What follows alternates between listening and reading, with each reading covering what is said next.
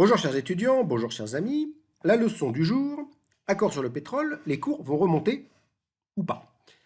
Cette leçon m'a été inspirée par la signature hier d'un accord entre les pays de l'OPEP qui a pour but de faire remonter les prix qui ont fortement chuté depuis la crise du coronavirus. Donc on va intituler cette leçon Prix, monopole et pouvoir de marché. Je vais vous montrer ce que c'est qu'un pouvoir de marché et comment ça peut permettre d'agir justement sur le prix de marché.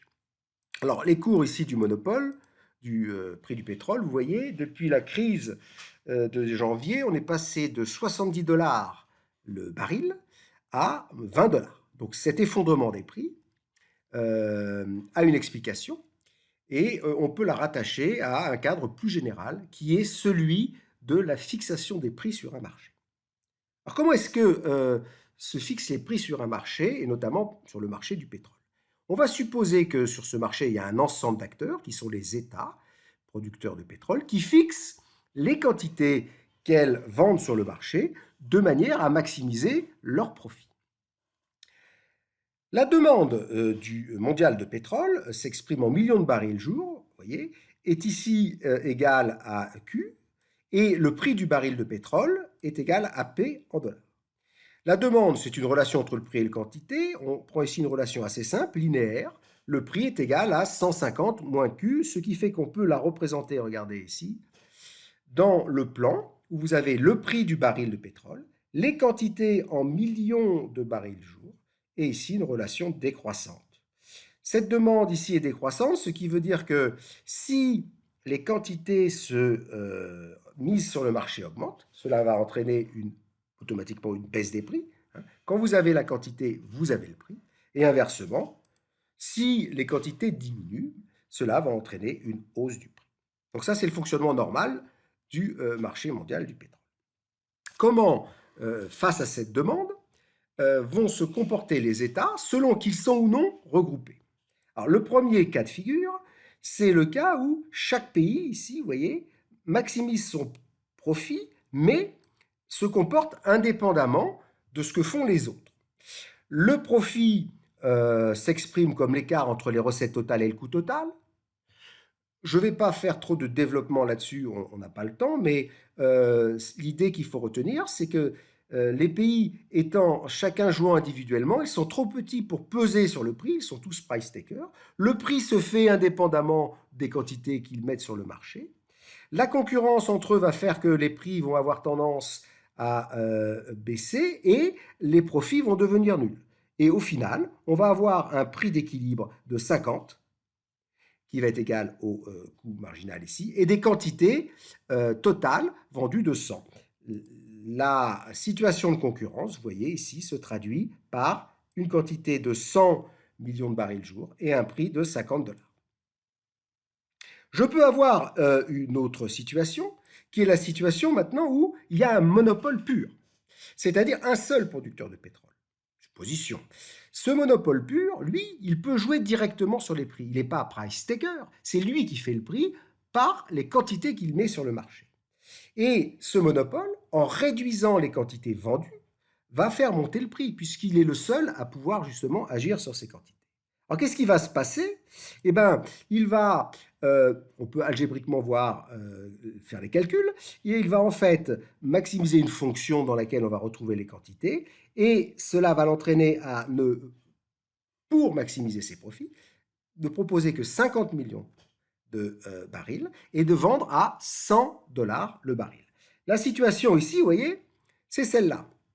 Le fait de passer de la concurrence au monopole fait que les quantités vont baisser de 100 à 50. Le prix va passer de 50 à 100 ici, on va se retrouver en situation de monopole. Et on va avoir cette situation de monopole va permettre au pays de faire des profits plus élevés que s'il était bien sûr en concurrence. Cette situation de monopole, elle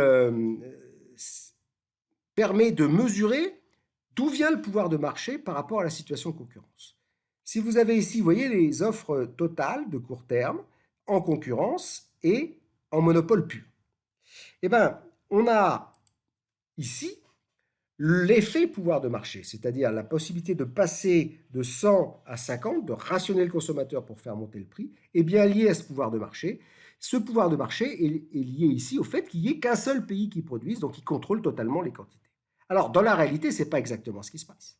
Aucun pays ne contrôle totalement les quantités, mais vous avez des organisations comme l'OPEP qui exercent un contrôle partiel. Donc on va avoir un pouvoir de marché partiel.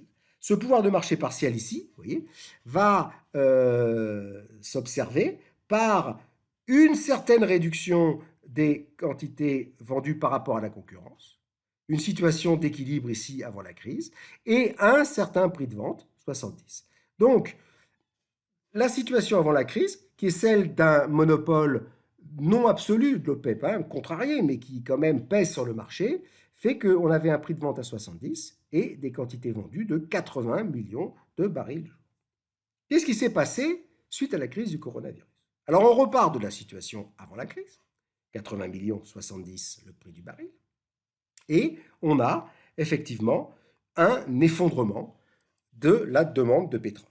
La demande de pétrole, liée à l'arrêt des transports, liée à l'arrêt partiel des usines, fait que cette demande, vous voyez, chute très fortement, l'effet Covid ici, et on se retrouve avec un prix de 20. Donc ce passage de 70 à 20 correspond bien au schéma que je vous ai montré en début de leçon.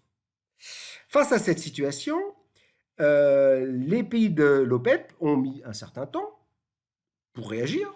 Au début, peut-être qu'ils se sont fait une espèce de guerre pour éliminer des concurrents ou pour embêter notamment les Américains. Mais à terme, ils se sont aperçus qu'il fallait plutôt essayer de faire remonter ce prix qui devenait trop bas, même pour les pays du Moyen-Orient.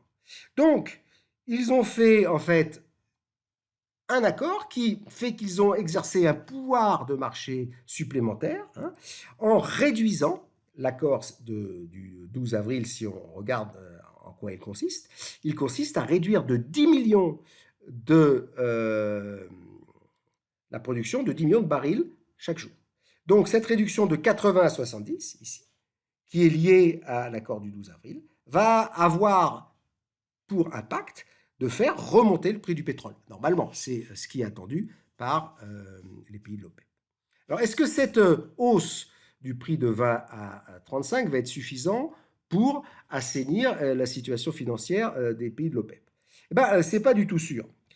Et pour ça, il faut revenir à ce qu'on appelle la rente différentielle du pétrole. Si vous avez, par exemple, un prix de vente sur le marché de 70, vous avez des pays qui ont des coûts d'extraction normalement inférieurs à 70, sinon ils ne produisent pas, justement. Par exemple, si vous avez des coûts d'extraction offshore, c'est les plateformes pétrolières, vous avez une rente différentielle de 25. Mais si vous avez des coûts d'extraction, c'est le cas du Moyen-Orient, de 25 $, alors votre rente différentielle est beaucoup plus importante. Avec un prix de 30, vous voyez, seul le Moyen-Orient arrive en fait à vendre plus cher que son prix de revient, les autres étant encore largement dans le rouge.